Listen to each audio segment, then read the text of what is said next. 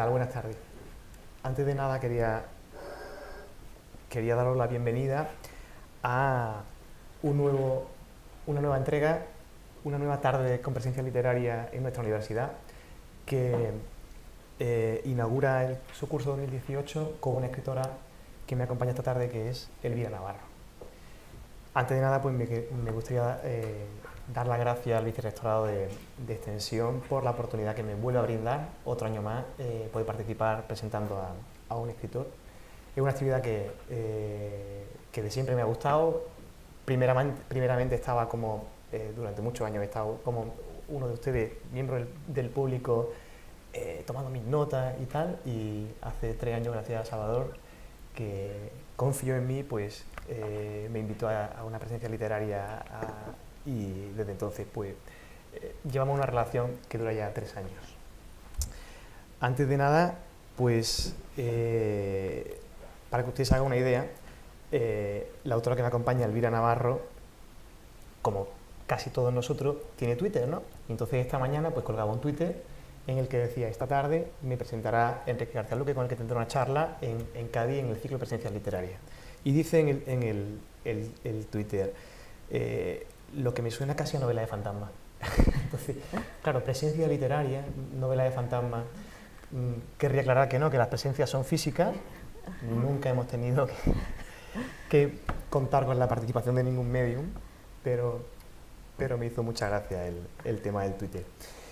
Por segunda vez presento a alguien más joven que yo. Esto ya empieza a preocuparme, ¿eh? El año pasado fue Miki Otero, este año es Elvira Navarro, y bueno, pues uno ya le hace ya pensar que esta es la segunda parte del partido, ¿vale? Querría también decir, por si no lo saben, que esta charla va a formar parte del programa Literatura Andaluza en Red, del proyecto Atalaya, y mañana tendrá una continuación con un diálogo que tendrá Elvira con nuestro compañero Daniel Heredia. Sin más, le voy a pasar la palabra a Elvira, que es la protagonista de la tarde, dando una serie de apuntes biográficos para situarla un poquito y que ustedes sepan de su andanza literaria. Bueno, pues Elvira nació en Huelva, si no te importa diré que en el año 78, aunque el nacimiento en Huelva, como ya me comentaba anteriormente, es accidental. Ha pasado gran parte de su vida en Valencia, por motivos laborales de sus padres, y posteriormente estudió Filosofía y Letras en la Complutense en Madrid. En 2004, hace ya 13 años, ganó el certamen de Jóvenes Creadores del Ayuntamiento de Madrid y posteriormente, entre el 2005 y 2008, ha disfrutado de una beca en la Residencia de Estudiantes, como tantos otros artistas que tenemos en España. Comenzó publicando dos libros complementarios. En 2007, con Caballo de Troya, La ciudad en invierno, y posteriormente, en 2009, en Mondadori, La ciudad feliz. En 2014, ya con Random House, La trabajadora, y el año pasado, Los últimos días, de Adelaida García Morales. Ha recibido por La ciudad feliz el 25º premio en Jaén de novela y el 4º premio en Tormenta al nuevo mejor autor, y recibió también la distinción de nuevo talento de la FNAC. Es autora de un blog que se llama Periferia, que explora los espacios limítrofes e indefinidos. Posteriormente hablaremos de las periferias con ella. Lo titula como un diario ligero de una que se pasea por la periferia madrileña. Así es como define un poco su blog. Y en 2010 fue incluida en la lista de los 22 mejores narradores en lengua española menores de 35 años de la revista Granta, lo cual pues da idea de la calidad literaria de la autora. Ha sido elegida en 2013 una de las voces españolas con mayor futuro por la revista El Cultural, y su obra ha sido parcialmente traducida a distintos idiomas: inglés, francés, sueco, italiano, turco y árabe. Ha colaborado en revistas como El Cultural del Mundo, Ínsula, Letras Libres, Quimera, con los diarios públicos, El Diario.es y El País. Ejerce la crítica literaria en Que Leer, revista de libros, y en el blog La tormenta en un vaso, que ya desapareció, creo que el verano pasado, o este verano ha sido cuando dejó cuando se cerró, por así decirlo. Si mi informante no me falla, creo que tiene un gato que se llama Pichi. Se llama Pichi el gato. Es dueña de un gato llamado Pichi, que forma parte Luego le preguntaré por ese gato. Y bueno, si se quieren hacer una idea de por dónde van los tiros, le leí un tuit hace unos días que me hizo bastante gracia. Si en España hicieran naves espaciales, tendrían el suelo de terrazo. Ahí queda eso. ¿Vale? De muchas citas que he leído en las críticas de su obra, me quedo con esta de Enrique Vila-Matas. Dice de ella: Elvira Navarro parece tener un don singular para mostrarnos el ángulo ofensivo de la vida. Me llamó mucha atención esa definición que hacía Enrique Vila-Matas después de leer La ciudad en invierno. La ciudad en invierno, exactamente, no La ciudad feliz. Bueno, pues ya sí que sé. La dejo que hable, después de situarla un poquito. Yo, que soy un poco curioso, me llama la atención eso de haber disfrutado de una beca en la residencia de estudiantes. Yo fui en tiempo becario del Ministerio, y tuve una beca de FPU, formación de profesor universitario, pero eso no suena nada romántico. Sin embargo, a mí, una residencia de estudiantes del CSIC siempre me ha llamado mucha atención. No sabía nunca qué se hacía allí dentro, pero algo se tenía que hacer. Entonces, me gustaría saber, pues, qué ha supuesto para ti en tu vida personal y por supuesto literaria, el haber podido disfrutar de esa beca, de esa estancia en la residencia de estudiantes durante 3 años. Pues bueno, antes de contestarte, darte las gracias por la estupenda presentación y por hacer de Cicerone, y gracias por invitarme. Para mí es un placer estar aquí. Cádiz es una ciudad que me parece preciosa y que siempre que puedo visito, y nunca la había visitado por motivos literarios, quiero decir, de trabajo, y esta es mi primera vez, la primera charla o conversación que tengo en Cádiz por mi labor de escritora. Y bueno, la residencia de estudiantes supuso yo siempre decía cuando me dio la beca que si Dios existía me había venido a ver, porque esa beca jamás pensé que yo pudiera disfrutarla. Bueno, yo no sabía de la existencia de esa beca ni siquiera. Yo estudié filosofía, aunque tenía muy claro mi vocación de escritora, pero no quería estudiar filología ni nada que tuviera que ver directamente con la literatura, porque preferí ir un poco de por libre, porque temí que... Uy, creo que hay fantasmas aquí, lo de las presencias. Lo de la presencia literaria, bueno, quizás sea... No sé qué he hecho, yo creo que no, algo le da. No, hacia arriba, mira hacia arriba. Ahí va. Bueno, Tiene que ver con la hidráulica de la silla. ¿Sí? Sí. No sé qué voy a procurar no moverme mucho, aunque puede ser que haya un fantasma aquí.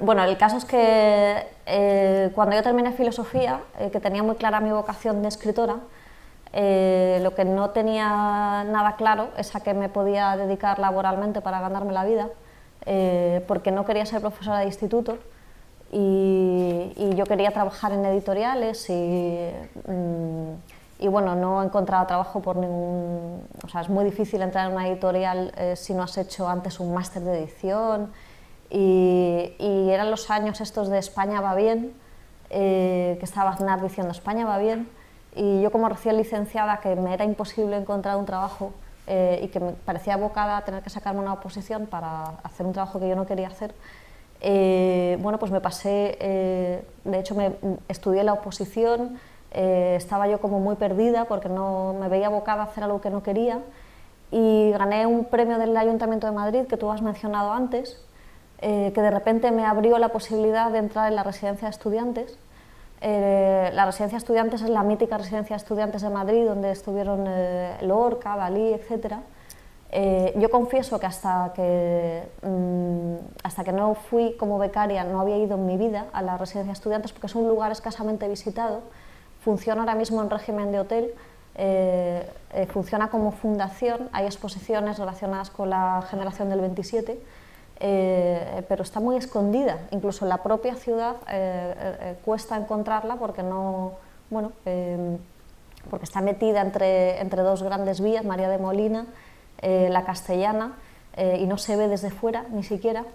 Entonces yo pensaba que esa beca solo se la daban a gente que había publicado libros y yo no había publicado nada, solo tenía pues eso, un premio que gané con un relatito y un poco diría que la residencia de estudiantes, lo que fue el jurado de mi año, el año que yo me presenté, casi que apostó a ciegas por mí, porque que te den una beca de 3 años por un cuento, a mí a día de hoy me sigue pareciendo milagroso. Yo podría no haber escrito nada más, ¿no? O sea, les podría haber dicho sí, yo quiero ser escritora y haber estado allí. Entonces de repente yo venía de compartir piso, no encontraba trabajo, estudiando las oposiciones, de repente me vi en la residencia de estudiantes por primera vez en mi vida con gente que tenía los mismos intereses que yo. Había también varios escritores, había poetas, también había investigadores y con el tiempo para escribir. Y eso me cambió la vida. En fin, me abrió una puerta que yo jamás pensé que pudiera estar abierta para mí de esa manera, ¿no? O sea, tan providencial, ¿no? O sea, yo, de no saber qué hacer con mi vida, de repente, en fin, poder dedicarme a lo que me gustaba absolutamente y bueno, eso supuso la residencia de estudiantes. O sea, que fue el punto de inflexión, ¿no?, por así decirlo, de no saber orientar una carrera bien hacia dónde, ¿no?, a poder... Sí, bueno, yo tenía muy claro que quería escribir y de hecho escribía antes de, o sea, yo llevaba mucho tiempo escribiendo. Al principio yo estaba muy ofuscada por hacer un tipo de literatura que en realidad no tenía nada que ver con lo que yo era como escritora. Me presentaba a concursos, no sé, creo que estuve 10 años presentándome a concursos, no ganaba ninguno, pero como yo soy muy cabezota, insistía. El único que gané fue este del Ayuntamiento de Madrid. Lo que no sabía era qué hacer laboralmente, o sea, mientras, en fin, sí, la escritura no te da de comer, ¿no? Ni siquiera cuando publicas, rara vez, a no ser que vendas muchísimo, puedes vivir solo de eso, ¿no? Entonces, bueno, o sea, estar en la residencia de estudiantes me permitió pues conocer a editores, empezar a trabajar como correctora para editoriales, por ejemplo. Bueno, que me abrió también puertas laborales, además de permitirme estar escribiendo. ¿Coincidiste con otros escritores que también hayan...? Coincidí allí con Elena Medel, coincidí allí con Carmen Jodra, coincidí allí con Andrés Navarro, que es poeta, toda la gente esta que estoy nombrando son poetas, con Chus Fernández, que es un escritor asturiano. Poco antes de estar yo había estado Mercedes Cebrián, había estado también Andrés Barba, era la generación anterior a cuando yo entré. Sí, vamos, y los propios actos de la residencia hacía que conocieras también a otros escritores, bueno, porque allí tienen un salón de actos donde continuamente se presentan libros, entonces te facilitaba mucho conocer a otros escritores. A mí la verdad siempre me ha fascinado esa mítica residencia de estudiantes y la posibilidad de disfrutar de una beca. Yo tenía un conocido en Córdoba, que es Joaquín Pérez Azaustre, que también... Sí, estuvo en la residencia de estudiantes. Estuvo en la residencia de estudiantes, ¿no? Y contaba con eso, que él se consideraba un privilegiado por haber podido disfrutar de una beca de la fundación. Si quieres pasamos a las novelas, ¿no? A los 4 libros que jalonan tu trabajo literario. Los 2 primeros, como decíamos, 2 libros complementarios. La ciudad feliz primero, perdón, la ciudad en invierno y después La ciudad feliz. La ciudad en invierno está vertebrada en 4 secciones. La protagonista se llama Clara y bueno, si te apetece contar un poquito a aquellos que lo hayan leído. La ciudad en invierno es mi primer libro. Es un libro que también tiene algo de milagroso. ¿Por qué digo esto? Porque yo en realidad estaba escribiendo otro libro. El otro libro que yo estaba escribiendo es La ciudad feliz, el segundo libro.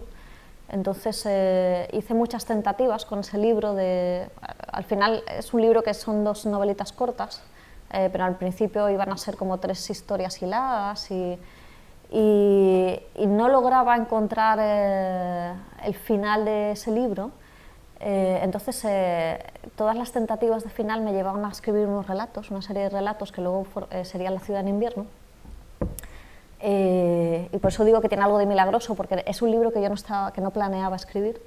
Y cuando me di cuenta que tenía una serie de relatos y los junté, vi que, bueno, que quizá tenía ahí un libro.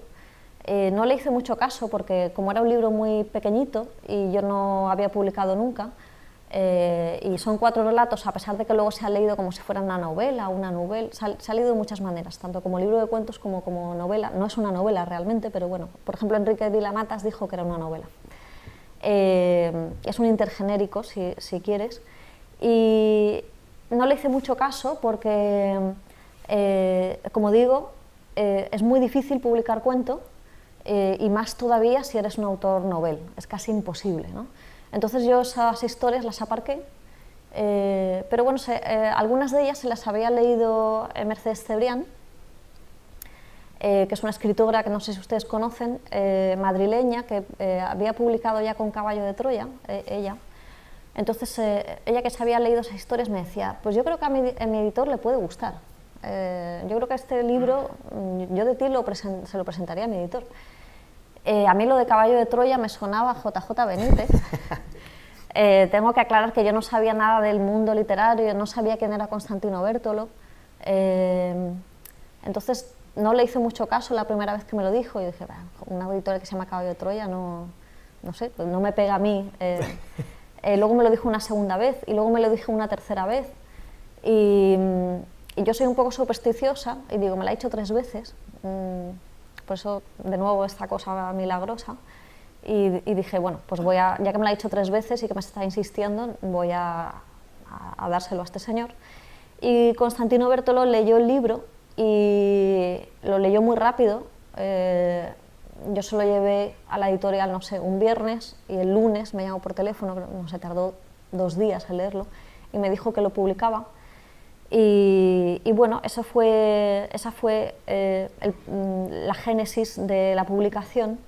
Y La ciudad en invierno es una historia de una niña que se llama Clara, a la que vemos en 4 momentos de su vida, al principio como niña, luego ya un poquito más mayor, como preadolescente y luego ya como adolescente, ¿no?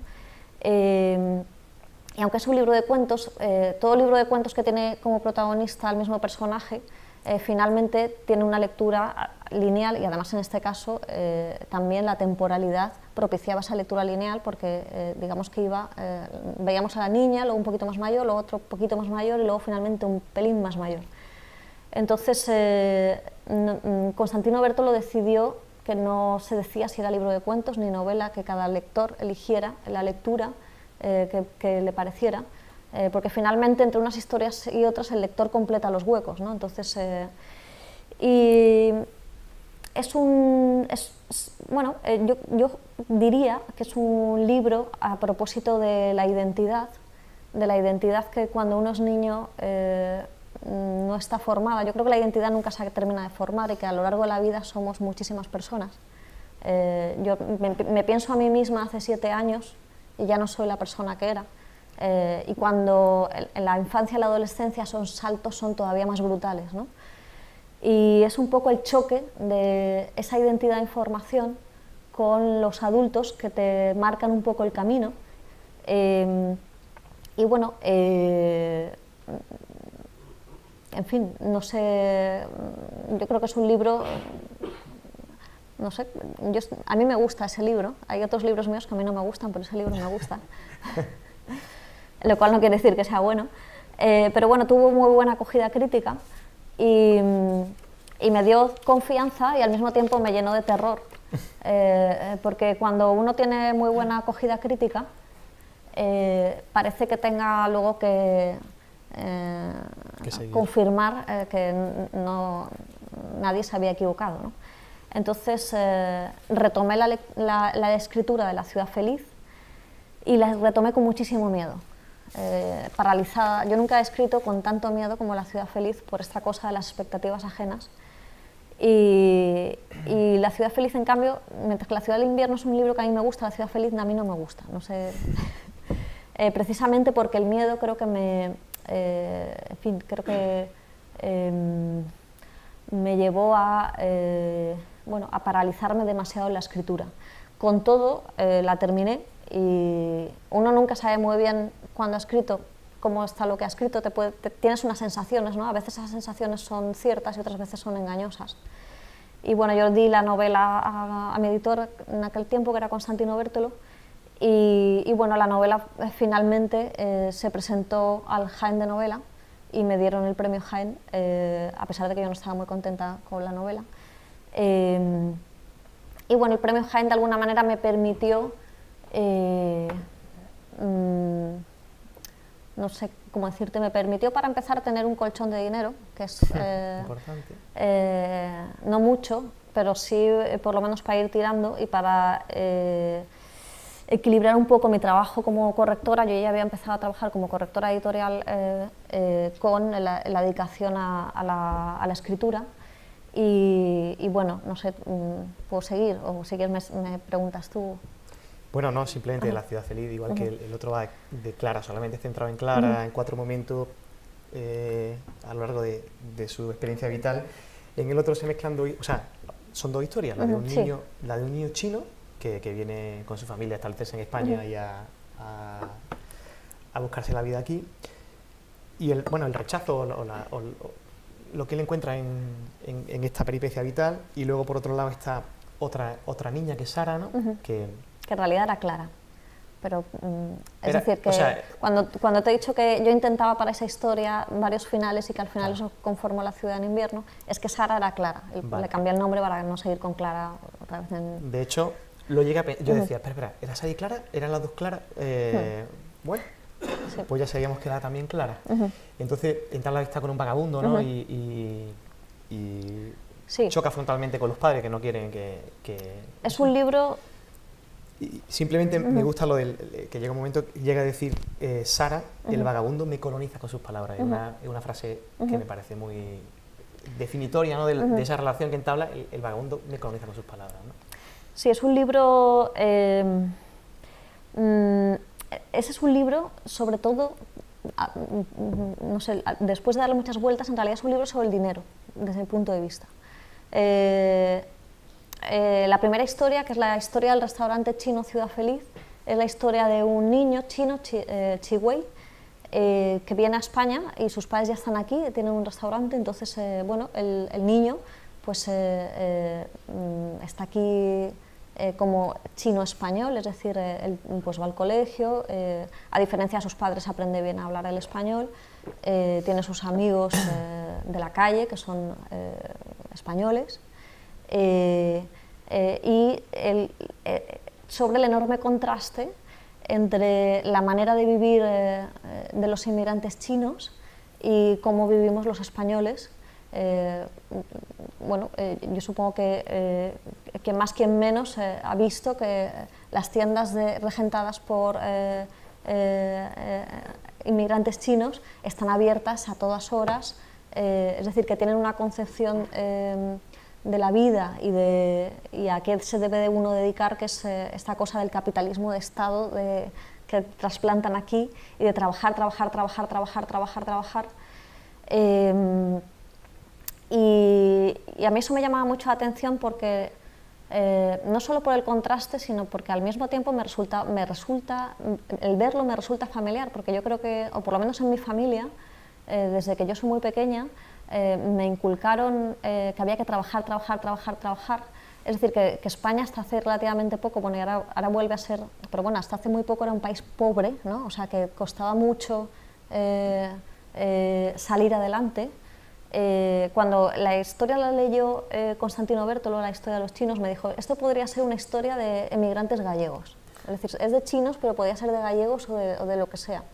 Y yo creo que ahí acertó, porque yo lo que veía, lo que yo intenté trasplantar ahí es una educación que yo había recibido, que es que la miseria está a la puerta de la esquina y que hay que, como sea, que subir, ¿no? Que subir en la escala social para que no te pille, ¿no?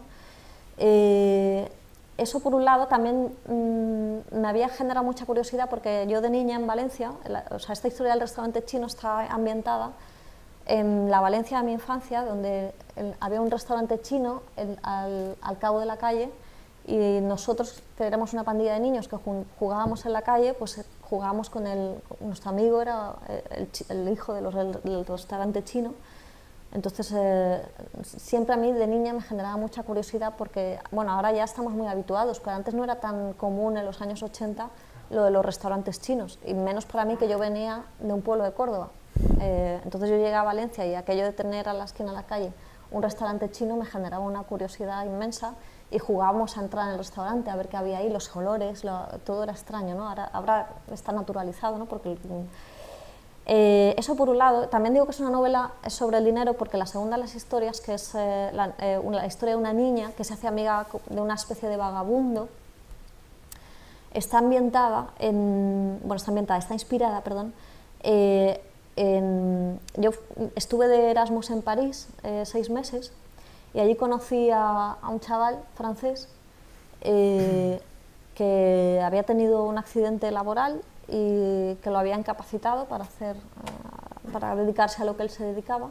Entonces le habían dado una pequeña pensión y él vivía en París con esa pequeña pensión, dispuesto a no volver a trabajar nunca más.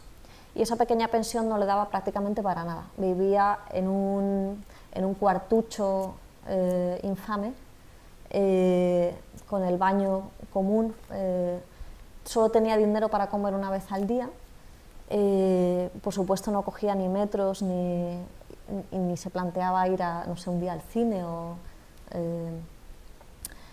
Entonces a mí me sobrecogió su manera de vivir porque me di cuenta hasta qué punto este chaval, que era un chaval estupendo, había perdido todas las relaciones sociales, porque en una sociedad como la nuestra todo pasa por el dinero, ¿no? O sea, las relaciones de las personas pasan porque podemos ir a un bar, tomarnos algo, quedamos con... Y si uno no tiene dinero, aunque no se quiera, es decir, aunque él no aspiraba a ser un outsider, porque tampoco quería él ser eso, sin embargo se había quedado prácticamente sin amigos, sin nadie, ¿no? Y me impactó tanto que hice este personaje del vagabundo, que hablaba con la niña y de alguna manera las ideas que él me transmitía allí, o sea, hablamos de esos 6 meses, yo me hice bastante amiga de él, pues como si todo lo que él me decía yo se lo trasplantara a la cabeza de una niña que todavía no tiene nada claro, nada. Por eso lo del vagabundo me coloniza con sus palabras, ¿no? Yo creo que nunca las palabras tienen tanto poder como cuando uno está en formación, porque cuando ya uno es mayor, como que tenemos nuestro sistema de pensamiento más asentado, ¿no? Entonces, cuando alguien nos viene con un discurso extraño que nunca habíamos oído, radical, lo que sea, lo desechamos normalmente, ¿no? Sin embargo, cuando uno es, no sé, 12, 13, 11 años y se nos aparece eso, le prestamos atención, porque en realidad no tenemos todavía unas ideas tan... Y bueno, a mí me interesó hacer una niña que le prestara atención al vagabundo. Curioso. La verdad que bastante, no conocía la historia, tu peripecia con este chico que no sé parisino, qué ha sido de él, ¿no? por cierto. Pero... Claro, pero... Y es cierto que al final, como tú bien dices, sí, puedes llegar a convertirte en un outsider cuando te quedas sin medio de vida. Inevitablemente, digamos que, salvo por enajenación mental, ¿no? Claro. Que directamente te convierte en un outsider, porque uno se quiere autodestruir con drogas o con lo que sea. Si uno no quiere estar ahí, pero decide que no estar al margen del trabajo, de producir, de poder... también te quedas fuera, ¿no? O sea, no... Al hilo de la primera historia, no de la segunda, del chico chino cuyos padres regentan el restaurante, he leído también en alguna entrevista que le han hecho a Elvira al hilo de este relato, en la que ella comenta, y es curioso, y tiene que llegará el momento en el que los hijos de los inmigrantes empiezan a escribir. O sea, nosotros hemos sido un país mayormente de emigrantes más que de inmigrantes. O sea, hemos exportado gallegos, ¿no? Tradicionalmente, pero ya han empezado a venir, bueno, de un tiempo a esta parte ya. Entonces llega un tiempo en que esos inmigrantes empiezan a escribir, a retratar la realidad española tal como ellos la ven y la viven. Y un fenómeno que se produce, bueno, históricamente ya en sitios como Francia, o donde el multiculturalismo puede estar mucho más arraigado, ¿no? Es un fenómeno enriquecedor, bueno, y no sabemos lo que podrá aportarnos al panorama esa visión de nuestro país, de nuestra forma de estar aquí, desde un punto de vista de un inmigrante, ¿no? De una persona que viene de una cultura que se ha criado en un entorno radicalmente distinto al nuestro. si no te parece mal, pasamos a la siguiente novela, La trabajadora, de la cual en otra crítica Eloy Tizón dijo que era una novela ligeramente inhóspita. A mí también me lo parece un poquito y me lo va a permitir, ¿no? Es curioso porque en esta novela las protagonistas son dos chicas, dos mujeres, que por azares de la vida se ven obligadas o empujadas a compartir un piso en una zona periférica de Madrid, ¿no? Entonces, ella ha comentado, Elvira ha comentado que ella estuvo trabajando como correctora en, no sé para quién le hace falta, o sea... Para muchas editoriales. Claro. El problema es que he llegado a leer que te llegaron a deber 6 meses, ¿no? Sí, y bueno, en ciertos sitios no me han pagado todavía, pero claro, ya entonces, lo doy por perdido. Estábamos en una época ya que España estaba saliendo del España va bien y empezaba a ir muy mal, ¿no? Entonces, eso, a ti personalmente te llegó a pasar eso, sí. Trabajando a destajo como correctora, 6 meses sin pagar, sube los alquileres y de Tirso de Molina, ¿no? Te tienes que ir a una zona periférica de... Bueno, soy la protagonista de mi libro. Eso fue la protagonista de mi libro. ¿Seguro que no has sido tú? Hay varias etapas mezcladas. Yo no me tuve que ir porque como había ganado el premio Jaén, pues estuve... O sea, tenía los ahorrillos del premio Jaén con los que ir tirando. Perdona, yo pensaba que eso también formaba parte de la realidad, el hecho de que te viera obligada incluso dentro de Madrid a cambiar de ubicación. Sí, o sea, ocurrió, pero no ahí. Vale. Ocurrió, o sea, La trabajadora mezcla dos... no es una novela autobiográfica, lo claro, pero sí que está inspirada en dos momentos vitales míos.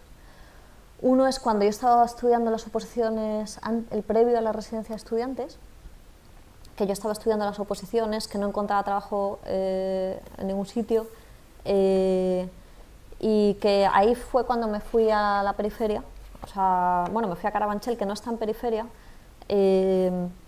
pero me fui a una zona de Carabanchel bastante dura, a un piso de estos de protección oficial que tienen las paredes que parecen papel de fumar, muy pequeño, con varios compañeros de piso. Y digamos que el germen de la historia está ahí, y ahí tuve varias compañeras de piso, y la trabajadora viene en concreto de dos compañeras de piso. Una chica que era enfermera, que era asturiana, que trabajaba a destajo. Ella, yo recuerdo que se levantaba, no sé, a las 7:30 de la mañana y volvía a casa a las 9 de la noche día tras día, y además hacía guardias y hacía todo, y yo la veía y decía, madre mía, o sea, esta chica va a reventar aquí. Y luego otra compañera de piso que tuve, que enloqueció, que empezó a hacer cosas muy raras en el piso y enloqueció. Entonces yo mezclé un poco las dos historias e hice el personaje de Susana. Y viene de otro momento mío, que es cuando yo dejo la residencia de estudiantes, que es, bueno, ahí no tuve ningún problema, desde luego, tenía todo cubierto, y yo vivía de correctora editorial, en efecto, compartiendo piso, y bueno, ya era un trabajo mal pagado, o sea, yo creo que ya llevaba mucho tiempo siendo un trabajo mal pagado, y además llegó un momento que no me pagaban. O sea, yo corregía para varias editoriales, pero para la editorial para la que más libros corregía entró en un proceso de... Y bueno, me decían, bueno, tú sigue, que te pagamos, pero aquello no ocurría nunca. Entonces yo mezclé esos dos momentos. Y es una novela que tiene un germen en un textito escrito en 2002, 2003, no me acuerdo, que yo titulé La trabajadora, y que eran 13 páginas, y yo sabía que lo iba a continuar, pero que en aquel momento no podía, porque aquellas 13 páginas estaban demasiado apegadas a mi vida, y yo para escribir necesito desapegarme de la circunstancia vital, que pase tiempo, que pasen años incluso, y una vez que han pasado años, esa circunstancia vital ya se ha transformado en mi cabeza en una historia de ficción, ¿no? Entonces yo sabía que ese texto tenía una continuación, porque cada vez que lo leía me daban ganas de de seguir, ¿no? Pero no sabía, pero no era el momento. Y en 2009 lo retomé y ya pude escribirlo. Y bueno, es la historia de, bueno, tú lo has contado, una chica que trabaja como correctora editorial, dejan de pagarle, se tiene que mudar del centro de Madrid a la periferia, se busca una compañera de piso para que, bueno, para que el alquiler no le salga demasiado caro, y hay una relación entre ellas un tanto extraña, un tanto especular. Las dos están, esta chica que no le pagan empieza a tener problemas de ansiedad y empieza un poco a tener una relación con la ciudad un tanto delirante, y la otra es una persona que no habla nunca de su pasado y que incluso bueno, no sabemos nunca si el pasado, que finalmente ella accede a narrar una parte que es una especie de delirio, de brote psicótico que tiene. No sabemos en realidad si se lo ha inventado, si no se lo ha inventado, porque además ese brote psicótico luego lo escribe la otra. Digamos que el libro un poco es mi libro más metaliterario, en el sentido de que la narradora es consciente de estar escribiendo una historia que a su vez le han contado y que no sabe, y que ella puede además estar modificando la historia. Y se hace cargo, por un lado, de la precariedad material y también un poco de la precariedad mental relacionada con esta precariedad material. Y la ciudad aparece, la ciudad de Madrid, una ciudad, sobre todo el sur de Madrid, pero no es exactamente una novela realista, sino que es un sur de Madrid un poco delirado, ¿no? O sea, la protagonista se da muchos paseos por la ciudad y la percibe como algo amenazante, por momentos algo que se multiplica sin ella, no sé, sin ella saber muy bien cómo, o sea, como si la ciudad de repente fue una especie como de monstruo. Y bueno, entre ellas hay una relación de cierta rivalidad, nunca llegan a hacerse del todo amigas y, en fin, no sé, hay una pequeña trama. De hecho, al hilo de lo que estabas comentando era la siguiente pregunta, el tema que quería tocar, que no solo Susana y Elisa son protagonistas de La Trabajadora, sino que también la ciudad, ¿no? O sea, lo que he dicho es como un tercer actor dentro de la novela que tiene un peso específico importante, ¿no? Esa periferia de Sí. Madrid. No sé si fue antes el huevo o la gallina, el blog lo abres antes, el blog Periferia, a raíz de, después de... El blog lo abro justo cuando empieza a escribir La Trabajadora, va casi al mismo tiempo. Es un blog que, bueno, yo quería aprovechar un poco el hecho de que a mí me gustara y me gusta pasear por la ciudad y perderme un poco. Y bueno, una ciudad grande da para perderse bastante porque nunca llegas a dominarla. Y todo el mundo tenía, bueno, todo el mundo, pero mucha gente tenía blogs. Yo nunca había escrito un blog. Yo veía que la gente de mi entorno que relacionada con la literatura solían abrir blogs o de crítica literaria o blogs donde directamente colgaban relatos. Y yo no quería hacer un blog de crítica literaria, primero porque me aburre mogollón hacer crítica literaria, o sea, las veces que la he hecho por dinero, no por otra cosa. Y segundo porque ya había muchos blogs, ¿no? Yo que iba a aportar yo, ¿no? O sea,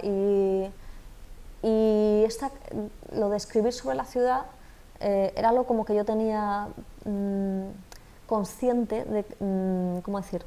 La ciudad en invierno y la ciudad feliz, de hecho tienen la palabra ciudad en el título, y lo tienen porque ya ahí la ciudad empieza a ser algo relevante, sobre todo ya no solo por la presencia dentro de la narración, sino porque muchas veces en estos dos libros, antes de escribir, lo que primero veía siempre eran determinadas calles, ¿no? Era como si las historias salieran de unas determinadas calles, que era la Valencia de mi infancia, que ya no existe y que seguramente lo que tengo en la cabeza nunca existió. Y bueno, yo me di cuenta que cada vez que yo me daba un paseo me daban ganas de escribir o se me ocurrían historias, y dije, bueno, voy a abrir un blog y hablo sobre la ciudad. No lo abrí con mi nombre, de hecho a día de hoy en el blog no pone mi nombre, el blog ya está un poquito parado, bueno, está bastante muerto el pobre. Tengo que decir que estoy transformándolo en libro en realidad, o sea que no he dejado de escribir sobre la ciudad, lo que pasa es que lo que estoy haciendo es un libro sobre Madrid.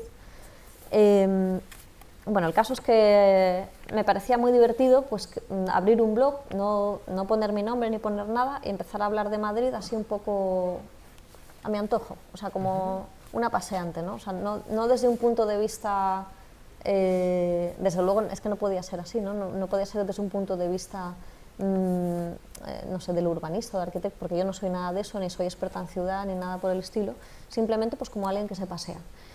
Y por aquel entonces también estaba, en 2007 había aparecido un libro que era Nocilla Dream de Agustín Fernández Mayo, lo de la generación Nocilla, que no sé si a ustedes les suenan. Sí, de hecho, Agustín Fernández Mayo protagonizó hace un par de años una presencia literaria. Bueno, pues el libro de Agustín Fernández Mayo abrió un debate literario sobre cómo tenía que ser la literatura en el siglo XXI. Entonces yo recuerdo un blog, el de Vicente Luis Mora, donde todo el mundo entraba. ¿Cordobés también? Cordobés también, y bueno, ahí había unos debates tremendos y también algunos medios de comunicación pues hicieron eco de todo esto y de esto de cómo tenía que escribirse en el siglo XXI, que ya no podía seguirse con las formas del XIX, etcétera, que ahora mismo ya es un debate que se ha quedado un poco sin sentido. Pero en aquella, no sé si llamarlo trifulca, bueno, tampoco hubo demasiada sangre, sí que había algo que yo leía, no sé, de vez en cuando aparecían como decálogos, o sea, se volvieron a poner de moda esta cosa de los decálogos, de qué se debe, qué no se debe. Y había quien defendía que no tenía sentido narrar los espacios urbanos en literatura, porque ya vivíamos en una época de la imagen y todo el mundo tenía muy claro cómo eran los espacios, es decir, que ya no hacía falta ningún Flaubert contando París, porque teníamos tantas imágenes en la cabeza de París, que aunque no hubiésemos ido, cualquiera podía saber de lo que estábamos hablando, no sé, por películas, incluso ya por Google, ¿no? Que pones París o da igual, o Albacete, o lo que sea. Incluso también se llegaba a decir, bueno, es que ¿para qué vas a contar la ciudad si ya tienes el muñequito este del Google Street View, que te pasea por las calles? Y a mí todo eso me parecía demencial. No porque no llevaran su parte de razón, es verdad que ya no tiene sentido que se nos cuente la Gran Vía, ¿no? De Madrid, o sea que hay muchas cosas que ya conocemos. Sin embargo, se da por supuesto que todos los espacios se conocen y se da por supuesto algo todavía peor, que es que las ciudades que aparecen en un libro son las ciudades reales.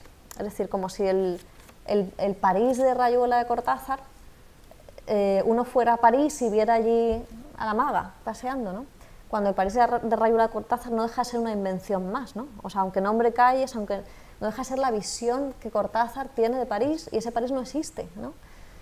Entonces, yo que me sentía como agredida, bueno, yo en mi casa sola, ¿no? Pero yo pensaba, bueno, a mí me gusta contar la ciudad.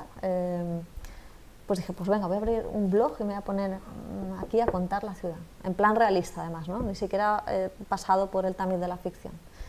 Y bueno, me lo pasé muy bien, la verdad, y insisto, sigo escribiendo, o sea, lo que estoy haciendo ahora, de hecho, es reconvertir el blog en un libro de crónica sobre Madrid, pero ya como blog creo que se va a quedar ahí. Por un lado me alegro que se vaya a convertir en un libro, lamento la muerte del blog, pero lo he curioseado y la verdad que la entrada póstuma, la última, no tiene desperdicio, la que habla de Nación Rotonda. Nación Rotonda, sí. Curioso cómo nos hemos convertido en un país de rotondas. Si tienen oportunidad, curioseen el blog y entren en el enlace de Nación Rotonda. Hay una charla TED de esta gente que...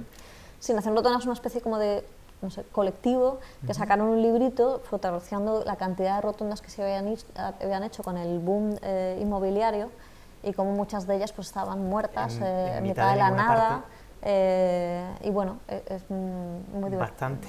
O sea, es desolador y divertido al mismo tiempo. De lo que está pasando, ¿no? Sí. Muy curioso. No conocía lo de Nación Rotonda, pero evidentemente estamos minados. Bueno, terminamos el repaso de tu obra literaria, bueno, en novela, con tu último libro, que salió el año pasado, Los últimos días, de Adelaida García Morales. Y antes de entrar en el libro, a mí me gustaría detenerme en la portada, porque me ha llamado la atención. ¿Vale? Bueno, no sé si lo pueden ver. Aquí hay un marco de foto con una foto de la escritora de Adelaida García Morales, así un poco desvaída, ¿no? Una foto sí. Que parece que ha pasado por un filtro de Instagram, ¿no? En realidad es una foto que está pintada. Este creo que es Pichi. Ese es Pichi, es mi gato. Por eso decíamos que luego hablaríamos Ajá. de él. Y detrás se adivina, ¿no? En una foto Ajá. de nariz para arriba, pero se adivina perfectamente que Estoy yo, sí. es ella, ¿no? Que es Elvira Navarro. Entonces, bueno, sin entrar en nada más, la portada me llama la atención. ¿Tiene alguna intencionalidad? ¿Es un cameo? No tiene... Es curioso, porque a priori no tiene ninguna intencionalidad, o sea, esa portada viene, estábamos buscando una portada para el libro y me proponían desde la editorial portadas y a mí no me gustaba ninguna. Y yo les proponía a ellos ideas para portada y a ellos no les gustaba ninguna de mis propuestas. Y cuando ya llevábamos así no sé cuántos emails, mi gato, yo tenía esta foto de Adelaida García Morales en un marquito, que como había escrito este librito, pues mi novio cogió un retrato y lo coloreó, o sea, lo maqueó. En realidad está pintada como el retrato este de David Bowie, lo que pasa es que no se ve bien. Ya. Pero la idea, David Sí, Bowie, sí. que tiene la cabeza, o sea, el rostro pintado de varios colores, y lo cogió de ahí. Y un día, pues pasaba mi gatito, que por aquel entonces tendría 3-4 meses, no tenía más, y pasó por delante de la foto de Adelaida García Morales y yo le hice una foto, me pareció muy gracioso, pues se detuvo ahí y la colgué en Instagram. Entonces mi editor la vio y dijo, anda, pues esta puede ser la portada, ya que no encontramos, esto me gusta como portada. Entonces me enviaron una fotógrafa a casa. Y esto fue casual todo. En principio iba a ser solo el gato y esto, pero la fotógrafa dijo, eso está muy vacío, ponerle más cosas. Entonces, bueno, yo tenía ahí una cosa con fotos mías, le dije, bueno, si quieres así como fondo esto de foto, un par de libros que había al lado, que es un libro de cuentos de una escritora rumana que es Ana Blandiana y El mundo deslumbrante de Siri Hasbet, y una maceta. Y bueno, quedó allí. Y es cierto que la propia portada del libro, de alguna manera habla del libro, pero fue involuntario, es decir, porque estoy yo que mira un retrato Claro. de una autora, que es un retrato además maqueado, o sea que no es ella, ¿no? Está pintado, y que, bueno, y aquí hay dos libros de otras dos autoras que a mí me parecen autoras fabulosas, y sí, de repente cobró un sentido algo que fue totalmente casual. Es curioso, o sea, Sí, la es verdad, curioso, todo es curioso. me llamó la atención, o sea, llevaba un tiempo leyendo el libro y de pronto al cerrarlo me quedé así y dije, ahí va, si este debe ser su gato, no me había fijado en que estabas tú, o sea, Sí. y digo, pues esto ya se lo tengo que preguntar. Porque, Sí, o sea, fue casual, pero finalmente esa casualidad copiaba un poco lo que yo hago en el libro, que es escribir sobre una fotografía maqueada, falsa, ¿no?, de exactamente. Adelaida García Morales. Pues lo que acaba de decir Elvira me da pie a seguir a entrar en el libro, como ella dice, un libro que retrata no una realidad, sino una realidad, si quieren llamarla maqueada o falseada, porque realmente no es lo que pasó. La novela termina con un par de emails que Adelaida, no, que Elvira recibe de una amiga suya que trabaja en Do Hermana, en la división de asuntos sociales, o como En la delegación de igualdad. Delegación de igualdad, perdón. Sí. Entonces le cuenta una anécdota que ella tiene conocimiento en ese momento en Do Hermana, y es el de que una autora, que es Adelaida García Morales, necesita 50 euros, una cantidad de dinero, para viajar en autobús a Madrid, quedarse una noche en una pensión y poder visitar a su hijo mayor, que vive en Madrid y que no está pasando un buen momento. En principio parece, por los emails, parece que, según le cuenta, no está muy claro qué ha pasado, que es la escritora la que se acerca a asuntos sociales o a igualdad, pero posteriormente, cuando ya la cosa sea clara, pues parece que no, que llega a la unidad de igualdad, a la delegación de igualdad, el momento no muy bueno que está pasando económico esta persona, esta escritora, y ellos pues van a enterarse e intentar ayudarla. Y en ese ínterin, Adelaida García Morales realmente, en septiembre de 2014, muere.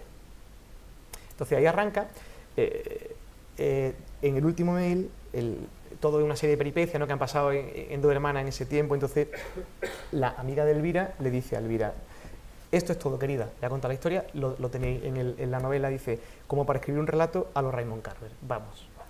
Entonces parece que Elvira pues recoge ese guante, ¿no? De que un hecho real, como es la necesidad de dinero de una persona que a priori no debería necesitarlo, que ha gozado de prestigio en España como escritora de fuste, pues se ve envuelta en esta peripecia y al final muere pues económicamente muy débil. Tendemos a creer que los relatos son reales. Ella, no obstante, lo avisa y dice: esto que han leído ustedes es todo falso. Lo he construido a partir de algo que me interpela a raíz de los mails que recibo de mi amiga Charo, ¿no? Charo. Entonces, bueno, todo esto tiene que ver con la confusión actual, ¿no? La prensa descontextualiza este tema y es una novela que no está exenta de polémica. Lo hablábamos antes tomando un cafelito, su cuarto café del día. Sí. Y bueno, pues tiene cierta polémica porque Adelaida García Morales estuvo casada con Víctor Erice. No sé si ustedes han oído hablar de ella. Fue una escritora, autora de El Sur, seguido de Bene, El Paraíso de la Sirena. Más tarde ha escrito novelas como Las Millas, etcétera, etcétera. Y bueno, que incluso en tiempos era autora de referencia en los libros de texto, ¿no? de secundaria, de la parte de lengua y literatura de secundaria, y que de pronto parece como que la tierra se la traga y no vuelve a reflotar hasta que es noticia por esta triste pérdida, ¿no? Bueno, coméntanos lo que quieras de la novela, de la polémica que Víctor Erice inicia de alguna manera y se ve envuelta un poco el libro, y bueno, y si quería hablamos un poquito más de él. O sea, es un libro que yo no había planeado tampoco, y que me toma por sorpresa. Esto es lo que yo digo, que escribir te asalta. Es extraño lo que uno piensa que va a escribir, lo que termina escribiendo, ¿no? Cuando Adelaida García Morales muere, que es un 22 de septiembre, creo que es 2014, sí. Yo me entero por un tuit que llevaba un periódico local, y había una breve noticia, y yo me impactó porque yo de Adelaida García Morales la había estudiado en el bachillerato. De hecho, era la propuesta de lectura para estudiar literatura española contemporánea, en concreto con el libro El silencio de las sirenas, que ganó el premio Herralde. Entonces, claro, yo cuando uno estudia un libro y un autor dentro del contexto de un libro de texto, y sobre todo cuando uno tiene esa edad que yo tenía, que tendría 17, 16, que todavía es una lectora, un lector ingenuo, es decir, que no cuestiona los contenidos de un libro de texto, sino que lo que viene en un libro de texto va a misa, ¿no? O sea, entonces yo la asumí como una escritora canónica. Claro, yo, Valle Inclán, no sé qué, no sé cuántos, Adelaida García Morales, ¿no? Es verdad que a mí Valle Inclán, Cela, Borges me sonaban y Adelaida García Morales no, pero bueno, estaba dentro del libro de texto, con lo cual yo la asumí como autora canónica. Y ¿cuál fue mi sorpresa cuando no volví a saber nada de ella, a pesar de que siguió publicando? Recuerdo solo haber leído una reseña en El Cultural, si mal no recuerdo, de Las mujeres de Héctor. Y ella, aunque siguió luego publicando, apenas tuvo eco en los medios, es decir, no se sabía, cada novela que fue saliendo a medida que pasaba el tiempo tenía cada vez menos eco. Hasta el punto que parecía que a partir de 2003, creo que fue, o 2001, no recuerdo ya, ella no escribe nada más y parecía que llevara años muerta, y yo muchas veces me acordaba, yo pensaba, ¿qué ha sido esta mujer?, ¿no? Y yo no conocía la película El Sur de Víctor Erice, porque yo siempre he sido más de literatura que de cine, y es decir, que yo no la había relacionado en mi vida con Víctor Erice. Bueno, el caso es que cuando en 2014 me encuentro con la noticia de su muerte, me impactó por todas las veces que yo me había parado a preguntarme qué había sido de esta mujer. Eso por un lado. Por otro, también me escamó un poco que los medios de comunicación apenas no sé, pues ha muerto esta mujer, tuvo, bueno, o sea, El País, el ABC, sí que sacaron una breve semblanza de ella, pero poco más, ¿no? O sea, y bueno, es cierto que Adelaida García Morales no tiene, digamos, ¿cómo decirlo?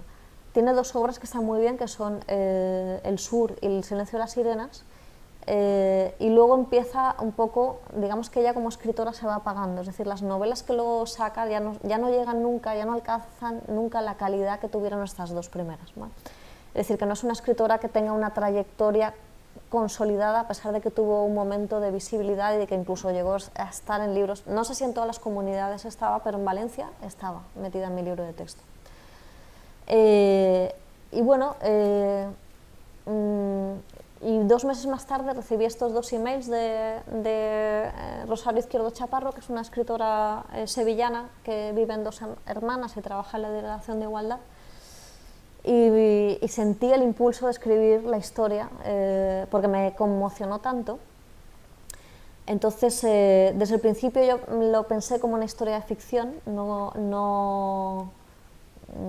bueno, o sea, porque finalmente sobre lo que yo quería hablar no era exactamente de Adelaida García Morales, sino qué pasa con el patrimonio, ¿no? O sea, con nuestro patrimonio literario, con los autores, o sea, con tanta gente que muere sin ningún tipo de reconocimiento, como si no, sin pena ni gloria.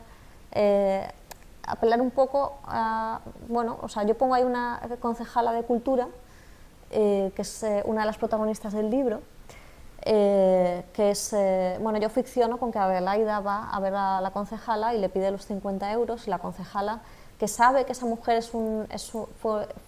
fue una escritora relativamente reconocida en algún momento, de repente se ve en una especie como de no saber qué hacer, pero no porque eso al principio ni siquiera es un dilema moral para ella, sino por lo que temes, por no dar la talla como concejala de cultura. Me interesaba poner a una concejala de cultura, como tantas y tantos que me he encontrado, bueno, o sea, con esto de que eres escritora, muchas veces conoces a muchos concejales, y hay gente que está en cultura y que sabe de cultura y da gusto, pero hay muchísima gente que está en esa concejalía como podía estar, yo qué sé, en vivienda o en cualquier otra, ¿no? Que le ha tocado y tiene que gestionar algo que sobre lo que en realidad no solo ya no controlas, sino que no amas, ¿no? O sea, yo creo que sería ideal que un concejal de cultura amara la cultura y... entonces, bueno, me interesaba hacer esa dialéctica entre alguien que no sabe muy bien qué hacer, porque ni siquiera se hace cargo de si eso es importante o no, y luego una realizadora de cine que decide hacer un documental sobre Adelaida García Morales, pero que no quiere hacer una biografía.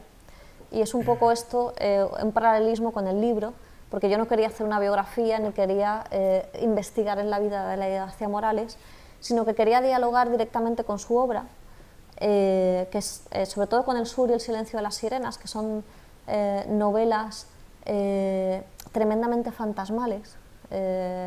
Son novelas sobre ausencias. En El Sur es la ausencia de un padre, y en El silencio de las sirenas es la ausencia de un ser amado del que la protagonista se ha enamorado platónicamente. Y digo que son novelas profundamente fantasmales porque en realidad tratan de una especie como de mística de la destrucción a través del amor, ¿no? Y esas personajes son como fantasmas, ¿no? O sea, que están obsesionadas con... Entonces, bueno, yo quería hacer una especie como de pequeña incursión, o sea, como un poco como que el documental, por una vía que no era directa sino indirecta, recrear esa cosa extraña, casi fantasmagórica, de sus novelas, pero encarnado en la figura de Adelaida García Morales. Y bueno, total, que lo escribí. En principio, este libro, que no llega a ser una novela, es más bien, no sé lo que es, porque tampoco es exactamente una novela, es como un pequeño artefacto, si quieres. Estaba dentro de un libro de cuentos. Lo que pasa es que, claro, el libro de cuentos, la mayor parte, o sea, el resto de cuentos eran todos ficción pura y dura, o sea, no había nadie más reconocible ni nada por el estilo. Y además se me pasaba en extensión, o sea, de repente yo tenía cuentos de 20, 30 páginas como mucho, y esto ya tenía 70, era casi una novelita corta. Y bueno, lo consulté con gente que se leyó el libro y recibí un feedback de, bueno, esta última historia, ¿por qué no la publicas sola? ¿No? Porque esto parece que le sobra al libro de cuentos. En realidad fue una mala idea publicarla sola. Y bueno, finalmente se la presenté a mi editor le gustó, el libro salió, yo decidí incluir los emails, que fue lo que generó la polémica con Víctor Erice. Si lo llego a saber, no publico los emails. No puedo decir nada más. Fue una polémica, bueno, o sea, obviamente Víctor Erice tenía todo el derecho del mundo a decir, es decir, siempre uno tiene derecho a decir lo que quiera, pero bueno, habría muchas cosas que hablar, ¿no? O sea, si no hubiese sido Víctor Erice, quiero decir que también creo que se dieron muchos elementos ahora mismo de los periódicos buscando, yo no vi por ninguna parte, y debería haberlo intuido, que el libro podía ser objeto de carnaza por parte de la prensa, porque para mí la historia que ocurrió yo la tenía opacada, porque yo estaba centrada en mi historia de ficción. Entonces no estuve lo suficientemente atenta como para pensar que eso podía generar algún tipo de polémica. Además yo pensé que era un libro que iba a pasar desapercibido, porque era un libro muy cortito, porque Adelaida García Morales pues, es una autora olvidada que nadie reivindica. Yo pensé que no, bueno, esto no va a pasar sin pena ni gloria, ¿no? Y bueno, se armó la de San Quintín y bueno, finalmente lo que pasa con las polémicas es que no se habla del libro, sino que se habla de la polémica, ¿no? Entonces, bueno, no sé qué más te puedo decir. Bueno, el libro tiene como tres patas, ¿no? Una es la historia ficticia de Adelaida, la otra es la concejala y toda su peripecia, y la tercera es la realizadora de la que habla Elvira, ¿no? Entonces, la concejala llega un momento que es un poco, bueno, tragicómico por no decirlo de otra manera. Ella se preocupa porque en esa, la escritora en la novela, no en la realidad, va a pedir 50 euros a Cultura. Entonces le dice ella, mire, yo estaría encantado de hacerle esto, pero esto lo tengo que derivar a asuntos sociales o a servicios sociales. Y ella dice, no, Cultura, porque yo soy escritora. Me gusta, esa parte me gusta, esa contestación lacónica de Adelaida quiere los 50 euros y los quiere de Cultura, no los quiere de asuntos sociales, porque ella es escritora, eminentemente.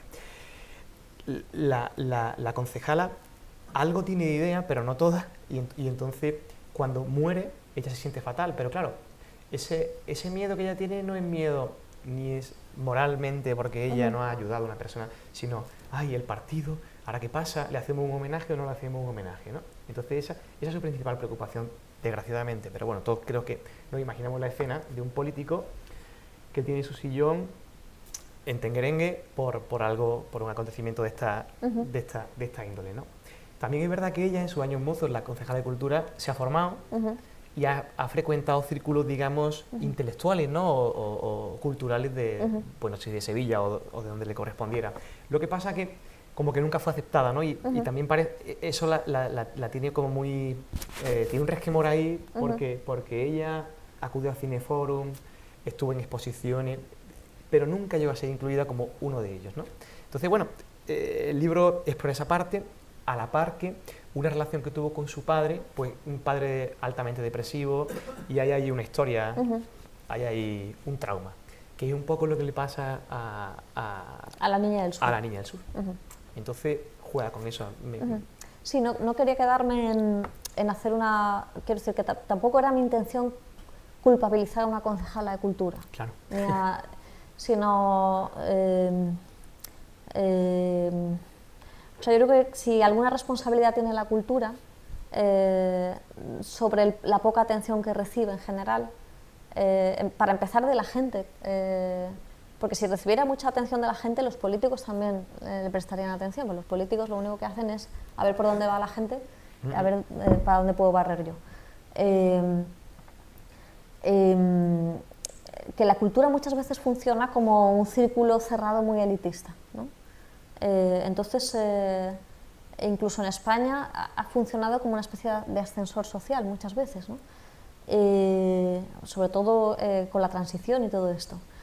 Y yo creo que hay una responsabilidad del mundo de la cultura de no haber generado un elitismo y de que, bueno, de que en fin, de que la cultura no fuera un coto cerrado para algunos elegidos que han podido formarse y entender. Y no estoy diciendo que la cultura se tenga que vulgarizar, no, para nada, pero no, digamos, ser usada como, bueno, como esto del libro este de Pierre Bourdieu de la distinción, ¿no? De cómo la cultura es usada por la burguesía para distinguirse del pueblo, ¿no?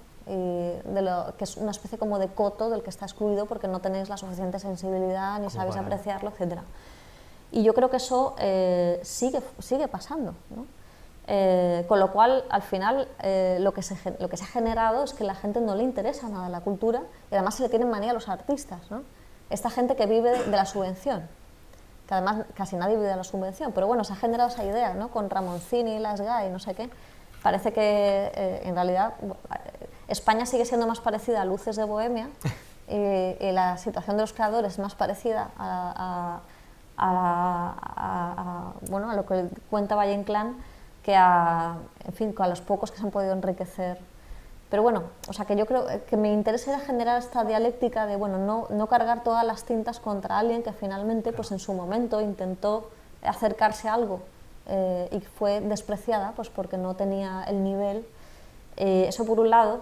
Y también yo buscaba una identificación final del personaje de la concejala con Adelaide García Morales, es decir, que finalmente hubiese una implicación sentimental, emocional, psicológica, que no lo hace a través de su libro, porque no tiene tiempo de leer el libro, y le parece que va a ser más rápido ver la película El Sur de Víctor Erice, y ahí de repente la película El Sur de Víctor Erice ella ve a un padre que es muy parecido a su propio padre, un alcohólico. Entonces eso hace que la relación que ella tiene con ya el fantasma de Adelaide García Morales sea más complejo, ¿no? Y que se replantee un poco ella a sí misma, en fin, ciertas cosas. Vale. Por cerrar un poco, ¿este de los que te gustan o de los que no te gustan? Pues es que con ese libro, como ha pasado todo esto de la polémica, le he cogido manía, pero no sé... Bueno, pero ahora no previo polémica, sí, ¿no? Previa polémica a mí me gustaba, o sea, tenía buenas sensaciones cuando lo leía. Creo que es un libro que más o menos que está bien, o sea, no, quizá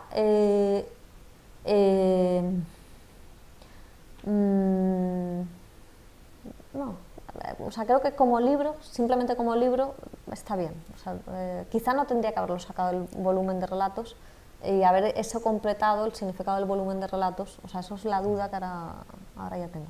Desde luego se le dio un tirón, ¿eh? Sí, se le dio un tirón. O sea, muy rápido. Empiezas y dices, uy, voy a seguir. Y como no es muy largo, pues beneficia que quieras terminarlo y que tires de una tacada a acabarlo. Bueno, me gustaría, parece que lo habíamos preparado, pero no. Ella misma ha hablado de que hubo una época que se pusieron muy de moda los decálogos, ¿no? Incluso ella llegó a hacer uno. Y no sé si pasa como tú decías, la persona que yo era hace 7 años no tiene nada que ver con la que... O sea, hemos cambiado, ¿no? Pero llegó a publicar en un blog un decálogo del escritor de novelas. Y bueno, a mí me ha gustado el 5.º mandamiento, el 6.º mandamiento y el 10.º mandamiento, ¿vale? Que ella no los cataloga como mandamientos, sino como trampas. O sea, lo que no hay que hacer si quieres ser un buen escritor en general, buen escritor de novela. Entonces, la quinta trampa dice, hay que pensar en el lector. Bueno, dice, no vayas a caer en esa trampa. Tú tienes que escribir como tú creas, no tienes que autocensurarte pensando en un tipo de lector que te va a leer. El problema llega con la sexta trampa. No hay que pensar en el lector. Es que en realidad es algo imposible. Las dos cosas. Quiero decir, bueno, el decálogo yo jamás lo habría escrito, pero lo escribí porque me pagaban. Yo sí me pagan por artículos, en realidad era un artículo de prensa. que sacó Pello cuando estaba trabajando, si mal no recuerdo, en El Confidencial, Pello Sí. H. Riaño. Sí, era Confidencial. Entonces, bueno, iba llamando a escritores y yo le dije, pero yo no quiero hacer un decálogo. Y me dice, bueno, pues haz un antidecálogo. Pero claro, en el titular tenía que poner decálogo porque la prensa es así, o sea, porque los titulares siempre tienen que, en fin, enganchar y tal. Pero yo le dije, yo hago un antidecálogo, no hago un decálogo. Pero esto es una trampa, o sea, no hay que pensar en el lector, porque primero porque hay que ser lector. Es una entelequia, hay tantos lectores que ¿en qué lector vas a pensar? Es imposible. Segundo, si uno piensa que hay un tipo de lector predominante, que no deja de ser una ficción, ese tipo de lector predominante es de un tipo de literatura que a lo mejor no tiene nada que ver con lo que tú quieres escribir. Quiero decir que te falseas, ¿no? Que no... Pero ahora bien, también es una trampa decir que es imposible no pensar en el lector, porque siempre tienes algún tipo de lector en la cabeza que es ficticio. Es decir, que es una especie como de imposibilidad de pensar en el lector, no puedes porque sería una ficción, pero al mismo tiempo siempre tienes algún tipo de lector ideal en la cabeza. Creo que lo escribí con ese sentido, pero como hace ya unos años... Claro, no. Sí, mi pregunta también era una trampa, simplemente es verdad, o sea, lo que dice es verdad, es que tan verdad es una cosa como otra. Sí. No te puedes censurar pensando en un lector canónico, pero también es verdad que es imposible abstraerse de un hipotético lector que te puede leer en un momento dado. La 10ª trampa la tenía aquí apuntada, prácticamente la has contestado hace un poquito cuando hablabas de que hay gente de la polémica, bueno, o de aquella corriente que abrieron Vicente Luis Mora, Fernández Mayo, etcétera, cuando en tu 10ª trampa decías hay que innovar. Sí. Con lo cual no hay que innovar.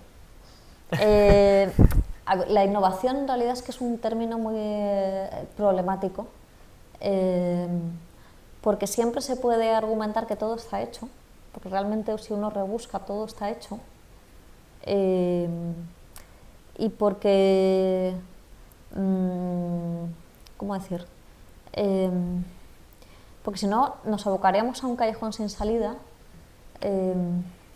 porque muchas veces lo innovador de un texto no está en la forma, a lo mejor es la voz, ¿no? La voz de un autor. La forma puede ser muy clásica y sin embargo esa voz es una voz muy personal. No decimos de esa voz muy personal que es innovadora, pero es una voz propia, que eso en sí ya es un valor literario, a veces un valor literario de mucho peso, ¿no?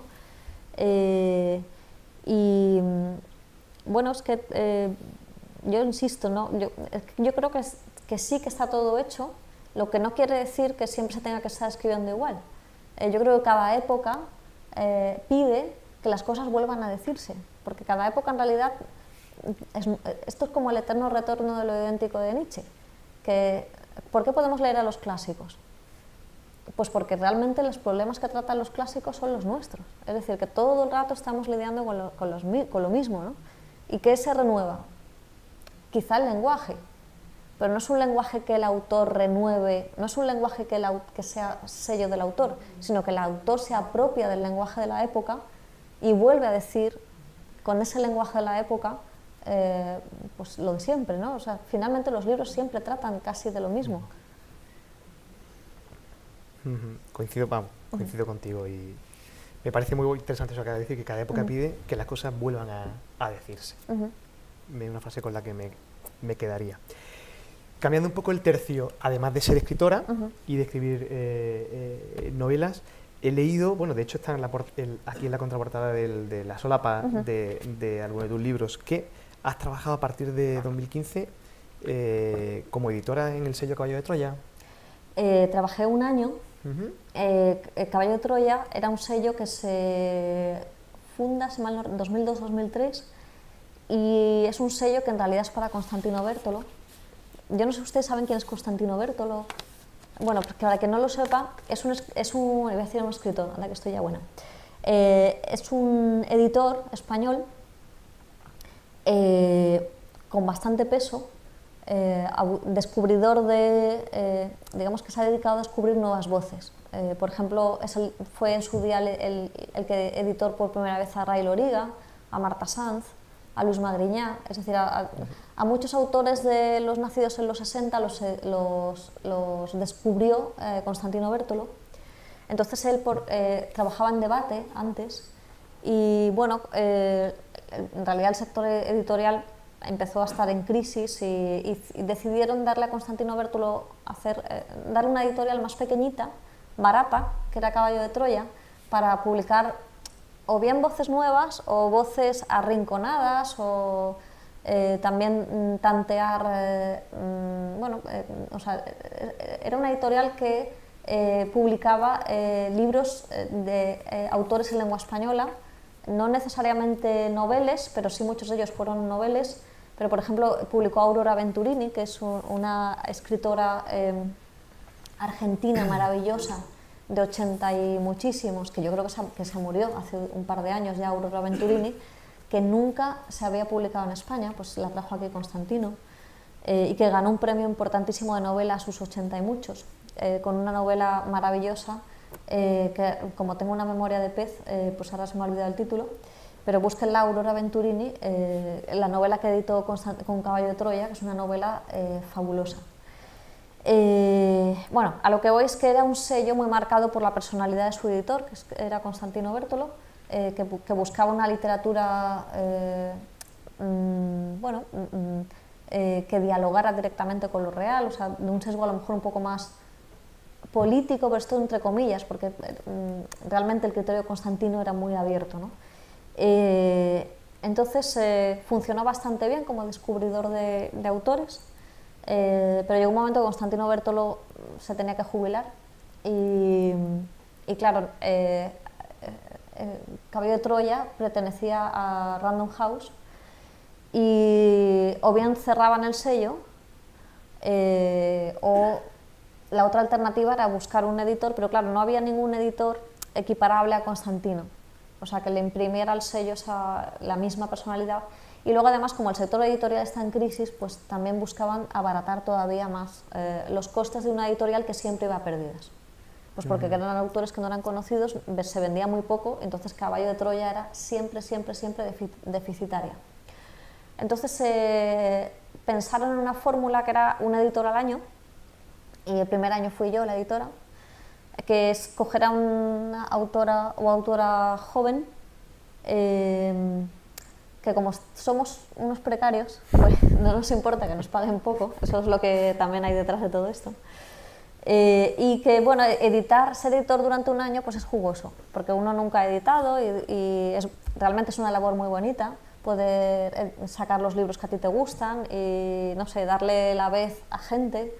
Y bueno, yo lo disfruté mucho, descubrí que el trabajo de editor es un trabajo a tiempo completo, porque tienes que leer una cantidad bárbara de manuscritos, tienes que muchas veces editar esos manuscritos, y había algo con lo que yo no contaba, que es la cantidad de correos que recibe un editor al día, sea porque los autores tienen 1000 dudas, tienes que hacerte psicólogo de los autores, porque la prensa al final pasa por ti, aunque haya un departamento de prensa en Random, pero al final acuden al editor, con lo cual de todos los sitios, oye, mándame el libro de tal, mándame el libro de Pascual, mándame... durante ese año yo me levantaba por la mañana y tenía 30 emails todas las mañanas y me pasaba toda la mañana contestando emails, que yo es algo que yo no sabía que un editor, en fin, era casi un hombre orquesta, ¿no? O sea, y bueno, fue muy bonito, publiqué 8 libros, 5 de autores noveles que publicaban por primera vez. Yo me propuse que la mayoría de los libros fueran de autores que noveles, y esto me lo propuse porque cada vez es más difícil que publicar un libro por primera, o sea, que los autores noveles lleguen a una editorial porque, bueno, por un tema de crisis y de escasa visibilidad, y de que a pesar de que se dicen que leemos más, eso no se traduce en que se vendan más libros, y yo no me creo que leamos más. Y en fin, entonces creo que merecía la pena darle la oportunidad a gente que no había publicado nunca y que lo tenía muy difícil. Bueno, puesto que me dieron la libertad de hacer lo que yo quisiera, pues hice eso. Muy bien, yo creo que vamos a ir terminando ya, llevamos hora y 20 de conversación, y me gustaría terminar, antes de pasar la palabra al público, si alguien quiere preguntar algo, comentar algo. Bueno, creo que he obligado a preguntarte si puedes contestar cuál es tu siguiente proyecto, en qué estás inmersa ahora. No digo ya, aparte de multitud de cursos de escritura o blogs, etcétera, etcétera, sino de obra, si está inmersa en algo, si no... Yo siempre tengo varios proyectos abiertos. Estoy con el libro este de Madrid,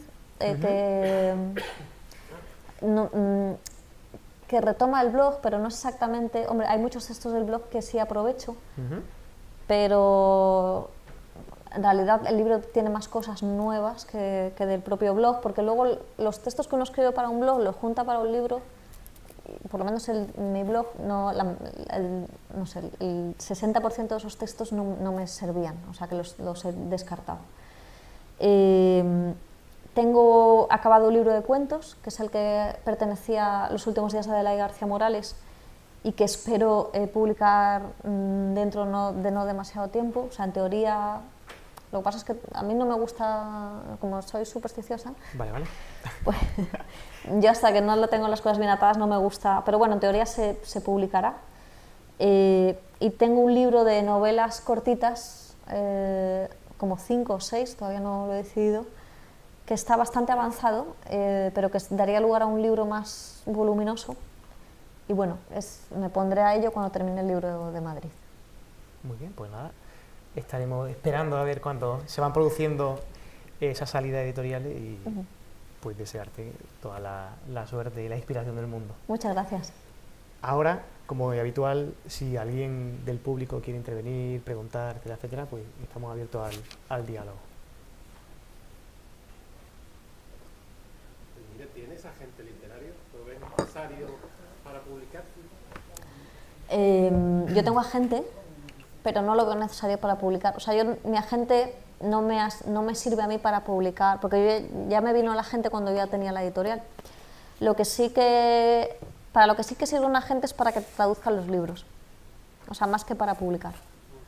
Y a lo mejor si de repente te quedas sin editorial, entonces sí te sirve el agente, pero si tienes una editorial... Normalmente un autor casi siempre publica en su editorial, salvo que pase algo, o que lo echen, o que la editorial desaparezca, o no sé. O que, sí, bueno, hay muchos autores que publican y no venden mucho, pero los editores apuestan, ¿no? O sea que muchas veces no está en relación tan directa con la venta, como que, bueno, si uno tiene un editor que apuesta por ti como autor, es como un padre casi, en el sentido de que te protege. Los autores españoles jóvenes en general vendemos poco, pero bueno, lo que hace una editorial es intentar compensar, ¿no? O sea, siempre tienen a gente que vende mucho y con ese dinero pues pueden publicar a gente que vende poco y, en fin, pueden pasar mil cosas, ¿no? Pero en teoría, si tú tienes editorial, la gente, salvo para negociarte los adelantos y todo esto, que tampoco está mal, porque es verdad que un agente suele negociar mejor que un autor, pero sobre todo un agente sirve para que te traduzcan.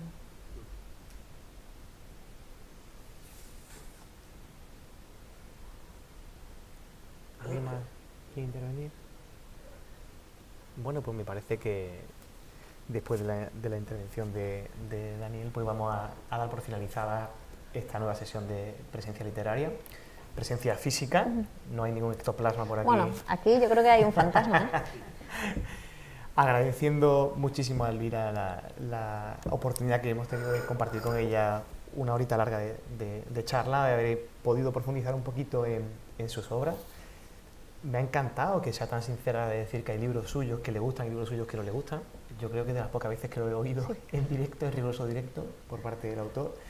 Y bueno, darle la bienvenida a Cádiz, la universidad, o sea, esta es tu casa y estaremos encantados de tenerte cuando tenga bien volver. Muchas gracias. Y a todos ustedes, pues darles las gracias que una tarde lluviosa hayan tenido el acierto de venir a compartir otra presencia literaria en nuestro querido Aulario de la Bomba. Muchísimas gracias y hasta pronto. Gracias.